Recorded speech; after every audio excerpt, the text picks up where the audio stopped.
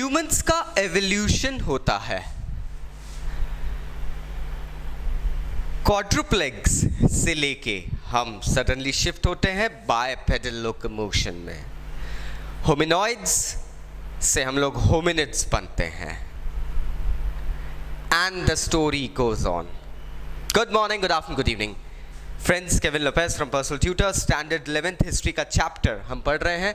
Early societies chapter 1 from the beginning of time, part 2 है story of human evolution.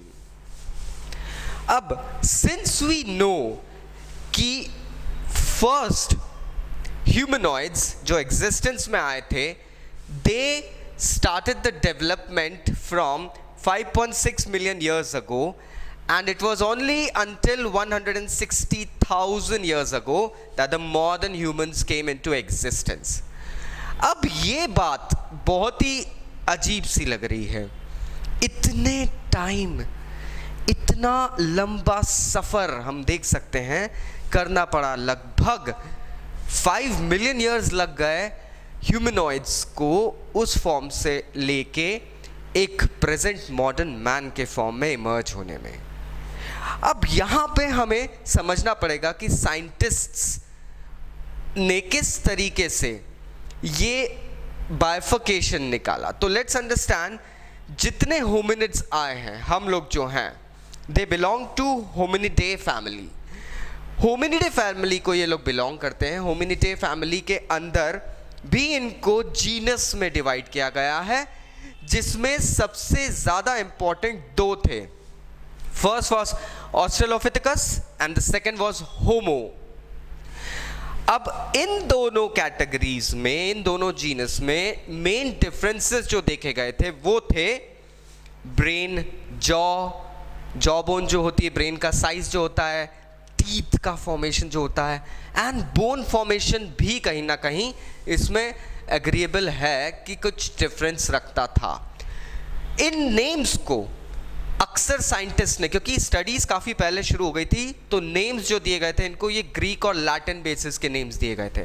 For example, Australopithecus जो name है, this was derived from a Latin word austral, जिसका meaning है southern. अब इसलिए आप name देख सकते हैं Australia, that is a land in south.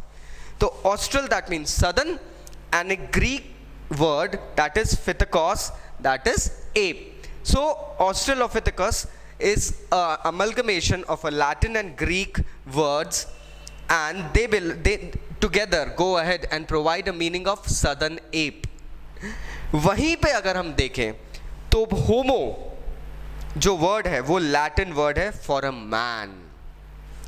अब ये डिफरेंसेस इसलिए थे क्योंकि ह्यूमंस, होमो सेपियंस जो कह सकते हैं हम, अब जो आए, जो होमो इरेक्टस आए, होमो हेबिलियस हैं, इनकी कैटेगरी उन एप से बहुत अलग थी। They did not live on ड ट्रीज एनी मोर।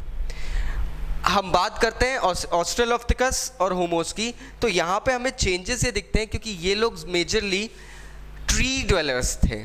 इनके लिम्स काफ़ी अलग थे, इनको ट्रीज पे रहने की आदत थी, क्लाइंबिंग इनके लिए बहुत ईजी थी, and they needed it. So इनकी बोन्स थोड़ी सी कर्व्ड रहती थी। They had smaller brains because eating was the most important thing for them. Jaws इनके काफ़ी बड़े होते थे because they had to crunch and break things. Teeth इनके काफ़ी लार्ज और शार्प होते थे। फ्रेंड्स, ह्यूमन फॉर्म हम आए हैं अभी जिस फॉर्म में, that is a blessing, it's a true blessing. और एवोल्यूशन आगे न जाने किस फॉर्म में हमको टर्न करेगा, वी नेवर नो।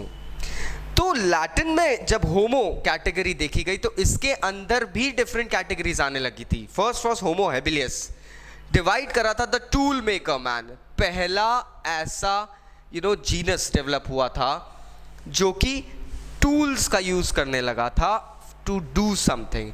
इससे पहले हाथों का यूज होता था, अब औजारों का यूज होने लगा। अब यहां मैं बात नहीं कर रहा हूं एक नेल कटर या स्क्रू ड्राइवर की। We are talking about some stones, some wood sheaves or something like that, to catch the fishes and all, and वो सब चीज़ें शिकार करने के लिए and all. फिर आए होमो erectus, that was the upright man. पहला ऐसा जीनस जो कि सच में खड़े होके चलने लगा। और बहुत बहुत बाद, that is 16,000 years ago, history के दौर में अगर इसे देखा जाए, वर्ल्ड हिस्ट्री में, ह्यूमन हिस्ट्री में, तो ये एक बहुत मिन्स्क्यूल सा टाइम पीरियड है दोस्तों। उस पीरियड में आता है Homo sapien, that is us, the thinking man, the wiser man. I hope now you got the topic. Still अगर कोई डाउट्स है नीचे कमेंट बॉक्स में कमेंट करिए, I will be going ahead and replying them back as well. Thank you very much, I will see you again, stay safe.